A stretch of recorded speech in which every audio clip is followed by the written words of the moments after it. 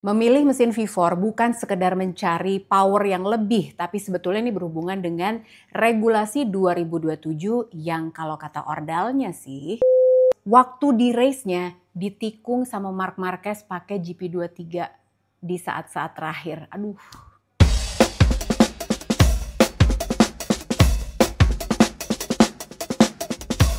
Hai, selamat datang di Pedok Talk. Seperti biasa hadir di hari Senin jam 7 malam. Tapi kalau lagi race weekend, Pedok Talk hadir 2 kali. Jadi kalau lagi race itu kan hari Sabtunya ada sprint. Nah, Pedok Talk udah tayang di hari Minggu untuk nge-review sprintnya. Jangan lupa.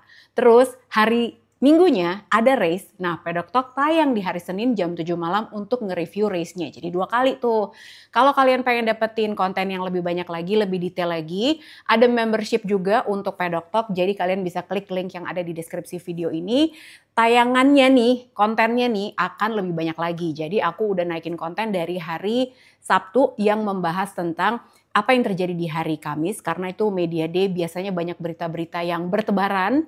Terus hari Jumatnya juga ada informasi dari free practice 1 sama practice yang menurut aku sangat penting untuk dibahas karena menentukan siapa rider yang langsung masuk ke Q2. Nah, sekarang kita langsung aja mulai untuk memberikan prediksi apa yang akan terjadi di Lemang weekend ini 9 sampai 11 Mei. Kita mulai dulu dengan informasi dari Taka Nakagami yang akan turun dengan wildcard di Lemang 9 sampai 11 Mei ini. Sekaligus mau jawab juga, kemarin sempat nemu komen, alah paling Nakagami cuma bisa finishnya di P20. Kagak gitu malih caranya. Jadi ya, Nakagami ini udah pensiun jadi rider MotoGP. Dia sekarang fungsinya menjadi test rider. Nah, kalau test rider ikutan wildcard, itu mereka targetnya memang bukan buat menang. Kalau bisa podium alhamdulillah, tapi targetnya bukan buat menang. Podium aja enggak kok. Jadi mereka itu memang turun untuk melakukan riset. Jadi ada satu informasi yang pernah aku dapat dari Jack Miller juga. Jadi kayak Ducati deh, mereka itu punya test rider yang namanya Michele Pirro, tahu kan? Nah, dia itu orang yang paling berjasa bisa mengembangkan Ducati sampai seperti sekarang ini. Ya banyak orangnya, tapi salah satu yang paling berjasa tuh Michele Pirro. Nah, di situ Jack Miller pernah bilang, katanya Michele Pirro itu bisa tiba-tiba dia sengaja melambatkan motornya, bisa juga ngegas banget. Nah, karena apa? Tujuannya dia ikutan race itu adalah untuk menguji segala inovasi yang dilakukan sama Ducati di track. Kalau dia sengaja ada di belakang rider lain, itu efeknya apa? Kalau dia overtake itu gimana? Jadi dia tuh benar-benar melakukan riset yang sangat mendalam di saat melakukan race. Jadi bukan buat menang, gitu ya, paham ya? Nah, terus ada yang kita perlu tunggu juga, apakah hasil dari Jerez test kemarin, kan kemarin Yamaha nyobain mesin baru yang katanya lebih powerful juga dan menemukan extra speed sampai 2 km per jam. Nah, di sini katanya akan dianalisa dulu oleh engineer-nya Yamaha. Kalau misalnya memang hasilnya oke, mesin baru ini akan dipakai untuk race di Lemang. Makanya kita tungguin banget. Hari Kamis aku akan cari informasi apakah mesin ini jadi digunakan atau enggak. Sebelum kita bahas prediksi untuk Lemang, aku mau ngajak kalian ngobrol dulu tentang mesin V4-nya Yamaha. Karena tadi kan aku udah bilang Yamaha pakai mesin baru sepertinya nih yang dicoba di Jerez untuk race di Lemang. Tapi itu masih inline 4. Nah, di episode yang kemarin aku udah sempat ngajak kalian ngobrol juga kan. Kalau misalnya Yamaha sekarang sedang mengembangkan mesin V4 juga. Sementara kalau kita lihat ke belakang, Suzuki itu pakai inline 4 dan mereka bisa mencatatkan top speed bahkan mengalahkan Ducati di tahun 2022. Nah, apakah masih perlu pakai V4? Apalagi kemarin hasil race di Jerez, Fabio Quartararo berhasil podium, berarti kan mereka udah nemuin cornering speednya nih. Jadi mesin M1 ini udah semakin powerful tapi juga tidak kehilangan kemampuan agility-nya. Kemampuan corneringnya udah ditemukan kembali. Nah, apakah artinya dengan melihat Suzuki dulu, terus udah gitu sekarang Yamaha juga udah improve, mesinnya juga udah powerful tapi masih tetap lincah di tikungan. Apakah masih perlu V4? Nah, ini akan kita bahas, dengerin analisa aku. Ini menarik banget loh guys. Jadi ya, kalau menurut aku Yamaha memang sedang mengembangkan mesin V4 semata-mata bukan hanya untuk menemukan top speed, bukan untuk menemukan power yang lebih. Tapi ini berhubungan dengan regulasi teknis baru MotoGP yang akan berlaku mulai tahun 2027. Aku ingetin dulu regulasi teknis MotoGP 2027 ya. Jadi kapasitas mesin akan berkurang dari 1000 cc yang ada sekarang nih, akan diturunkan menjadi 850 cc. Apakah gara-gara itu mereka pakai V4? Nah, jadi nggak nyambung kan? Kalau emang kita mau cari Yamaha, kalau Yamaha mau cari top speed, kan cc-nya diturunin dari 1000 jadi 850. Dan benang merah dari peraturan MotoGP yang baru ini, regulasi teknis yang baru ini adalah membuat motornya lebih pelan dalam tanda kutip supaya lebih aman. Jadi kalau yang dikejar adalah extra power, top speed yang lebih kenceng, nggak nyambung dong. Tapi sebetulnya karena aerodynamics, itu kuncinya.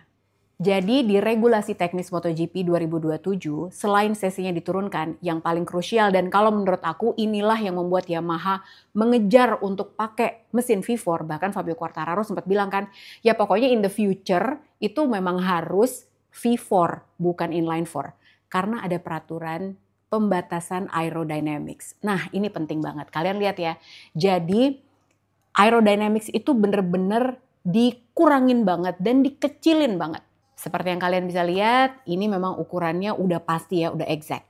Nah terus menurut sumber yang ada di pedok, jadi katanya tuh untuk menerapkan regulasi aerodynamics ini, jadi katanya nanti untuk bisa memastikan motor-motor ini comply, taat dengan peraturan aerodynamics atau enggak. Katanya tuh nanti, katanya ya, ini kan masih sumber di pedok yang mungkin juga aku nggak tahu caranya gimana, tapi dia bilang katanya motor ini akan dimasukin kayak ke dalam sebuah mold, sebuah cetakan gitu ya, kayak kotak besar. Jadi motornya dimasukin di situ, kalau sampai nggak muat berarti aeronya kelebihan. Nah, nggak boleh tuh. Berarti lo tidak sesuai dengan regulasi. Gitu guys. Jadi motor ini harus bener-bener masuk ke dalam kotak besar itu untuk bisa memastikan bahwa ukuran aeronya itu persis seperti yang dituliskan dalam peraturan. Pokoknya nggak boleh lebih 1 sentimeter pun harus gitu, harus cukup di dalam box itu. Nah kemudian jadi mikir lagi kan, kalian yang anak motor pasti tahu ya, kalau V4 itu sama inline-4 sebetulnya lebih sempit V4 ya kan.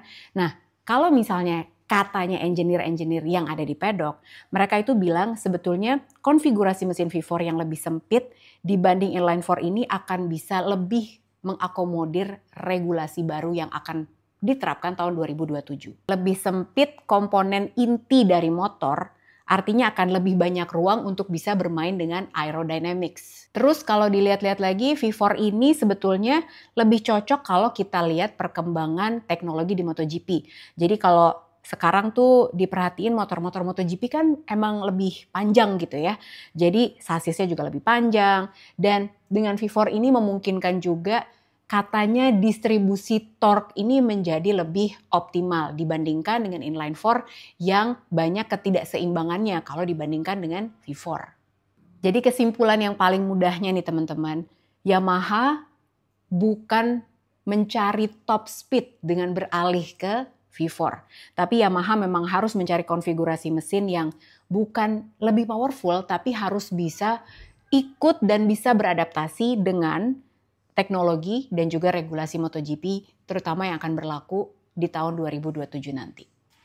Jadi udah tahu ya apa alasannya Yamaha bener-bener serius untuk mengembangkan mesin V4. Bukan sekedar lebih kencang guys, tapi untuk ikut peraturan dan juga ikut teknologi MotoGP yang mau nggak mau arahnya memang bergerak ke V4. Nah sekarang kita langsung masuk ke prediksi Le Mans.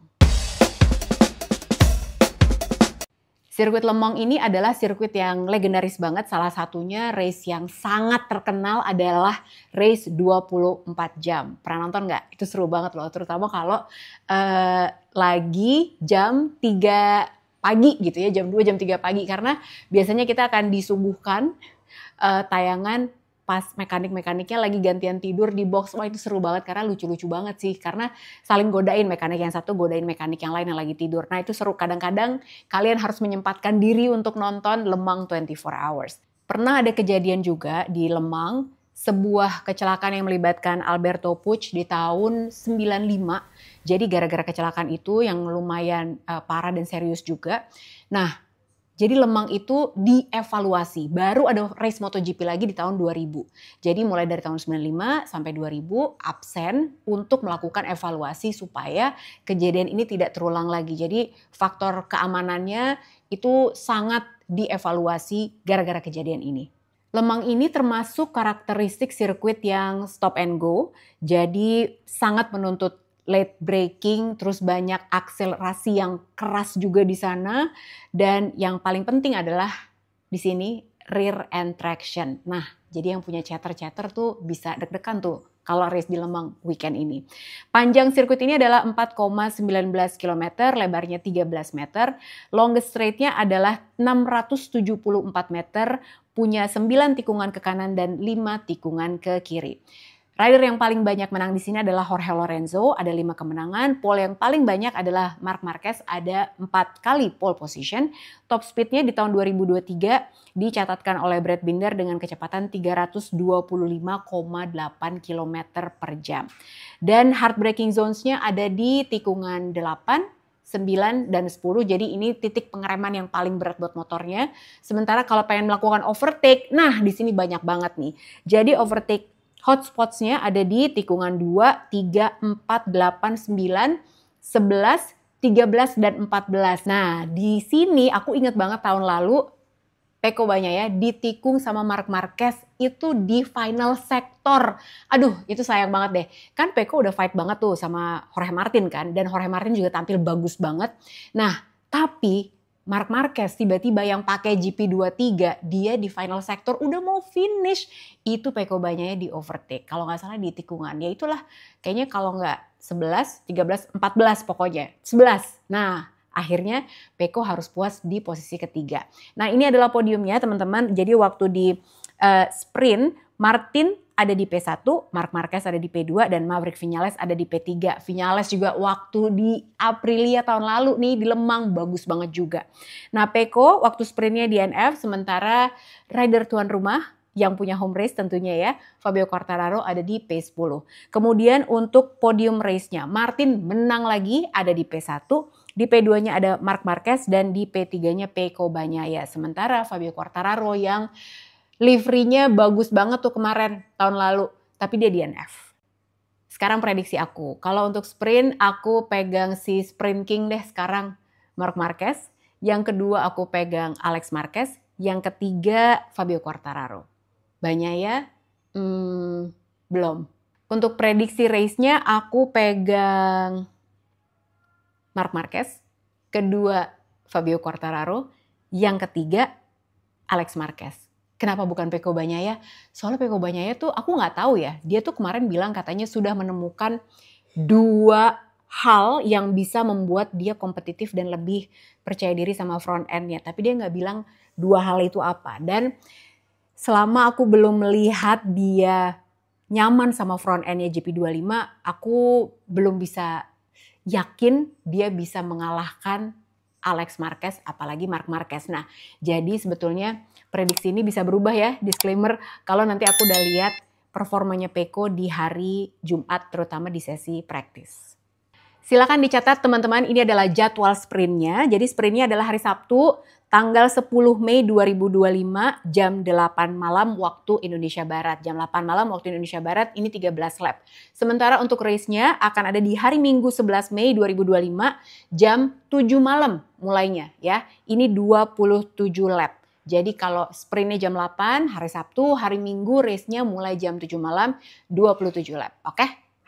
Yang mau ngasih prediksi silakan ditunggu di kolom komen. Yang pengen memberikan pertanyaan juga boleh banget. Nanti kalau misalnya aku bisa jawab, tentunya aku akan jawab di episode berikutnya. Terima kasih banyak buat perhatiannya. Jangan lupa buat subscribe, buat di like, di komen, dan juga di share konten ini.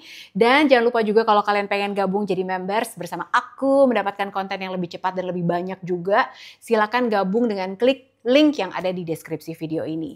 Sampai ketemu lagi buat members, kita ketemu hari Sabtu. Buat subscriber semua, aku akan hadir hari Minggu nanti untuk memberikan review untuk sprint. Sampai ketemu lagi, bye!